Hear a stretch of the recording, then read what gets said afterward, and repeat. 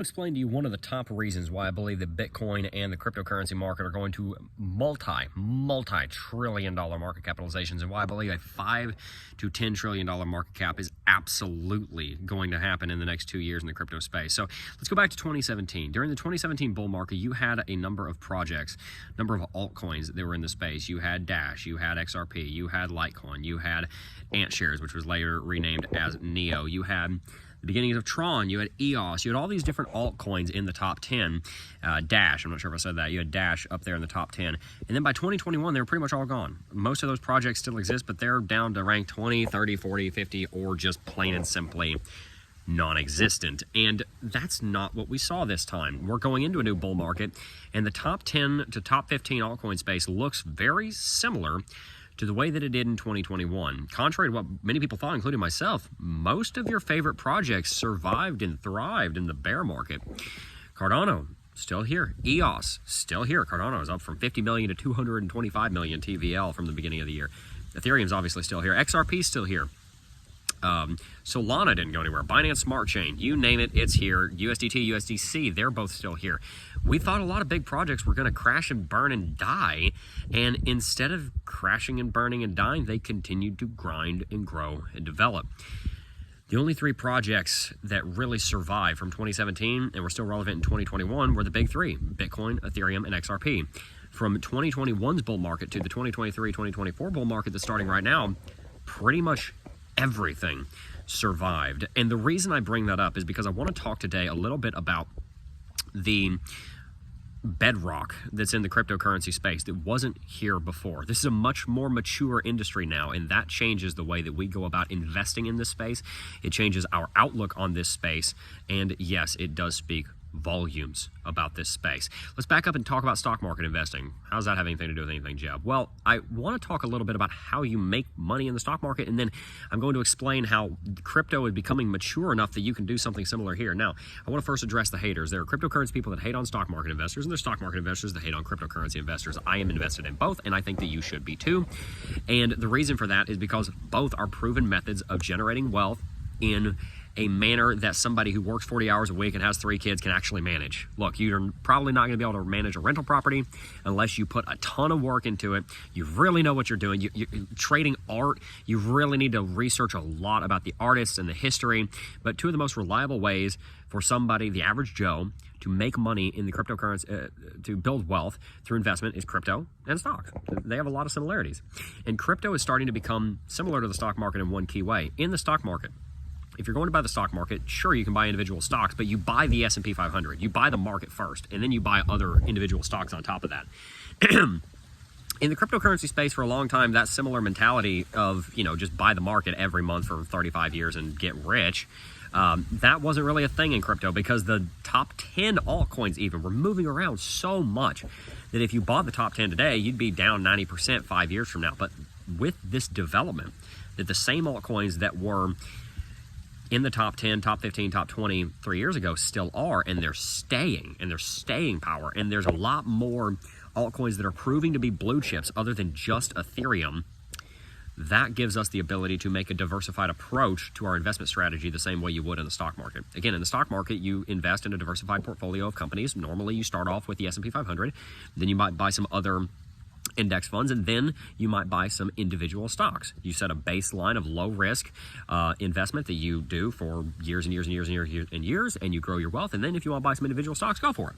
In crypto, we're getting to the point where the industry is mature enough that you can do that with a broad index fund in the cryptocurrency space by just running down CoinMarketCap and saying, I'm going to buy a little bit of Bitcoin, I'm going to buy a little bit of ETH, I'm going to buy a little bit of XRP, I'm going to buy a little bit of Binance, Cardano, Solana, Tron, Toncoin, all of those, maybe even some Doge, because it probably will pop off in the bull market. And you can actually approach this market now with a proven investment strategy of diversification over time in the right market with the proper wisdom equals success. And I'm very excited to share that with you, because as somebody who's been working in, obviously, personal finance, but also in the cryptocurrency space and in financial markets for over 6 years now, that is a huge vote of confidence for the cryptocurrency space that we could not say 3 years ago. And I don't want that to be understated, because of all things that's going to drive the bull market. We've talked about ETFs. We've talked about Fed policy. We've talked about adoption of Bitcoin in the light of high inflation over the course of the 2020s thus far. We've talked about all kinds of reasons that the Bitcoin market and the cryptocurrency market is going to grow. But one of the things that I haven't seen many people talking about is the consistency of so many of the altcoins outside of just Bitcoin. Bitcoin has a track record of being consistent, but if the stock market was one company, I mean, come on, how many people would be putting their life savings into it, right? There's hundreds of companies that are consistent. In crypto, we're getting to the point where it's not just Ethereum that's a blue chip. It's Ethereum, it's Cardano, it's Solana, it's Binance, it's XRP, it's Tron. Say what you will about any of those projects. I think some will go up and some will go down. But in general, if you buy a broad-based index of those cryptocurrencies, you're going to do well. If you were to be able to buy the total one chart over on TradingView, you would end up making a lot of money if you bought cryptocurrency in the form of an index fund. In the same way that we used to encourage people to dollar cost average into Bitcoin, we can now encourage people to dollar cost average into 10 to 15 different cryptocurrencies. And that's a blue chip investment. That's incredible. And the fact that we are able to do that tells us that we're going to see a lot of growth this bull market. Why? Well, let me connect the dots between this cool thing that's happening with the maturity of cryptocurrency and the rest of the world. If you talk to a Larry Fink, if you talk to a Dave Ramsey, which of course he was dead flat wrong about Bitcoin. He's right on a lot of other stuff. He's flat wrong about Bitcoin. Talked about that yesterday. If you talk to Goldman Sachs, JP Morgan, I don't care who it is. I don't care who your investment advisor is. I don't care if you're talking to the guy that founded Vanguard. Whoever you talk to about investment, they're going to tell you the first thing you should do is invest in an index fund in the stock market. And then from there, if you want to go and do more stuff, then do more stuff. But at least secure your future by maxing out a Roth IRA and taking your 401k employer match if you've got it. Everybody is going to tell you do that. And then, yeah, go take as many risks as you want, because then you can always fall back on that, right? We're getting to the point now where personal finance gurus and stock market investment gurus and big dogs who know what they're talking about are going to be able to say the exact same thing about the cryptocurrency market.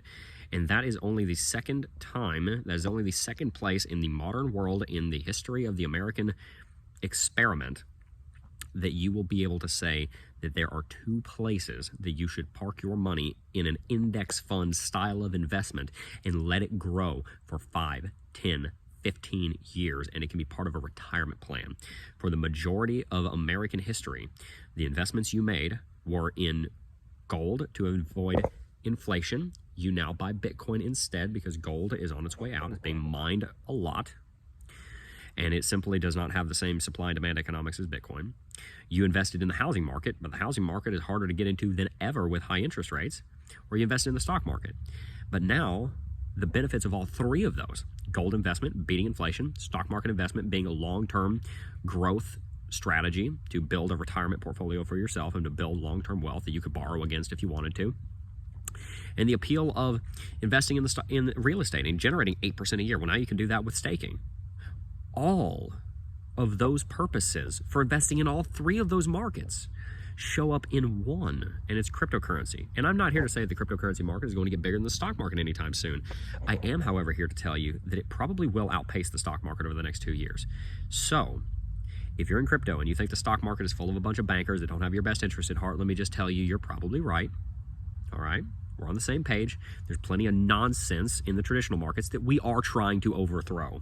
We have openly declared war on those that would take our financial control away from us. All right? We're on the same team. Let me just put that out there because I always get hate when I talk about the stock market.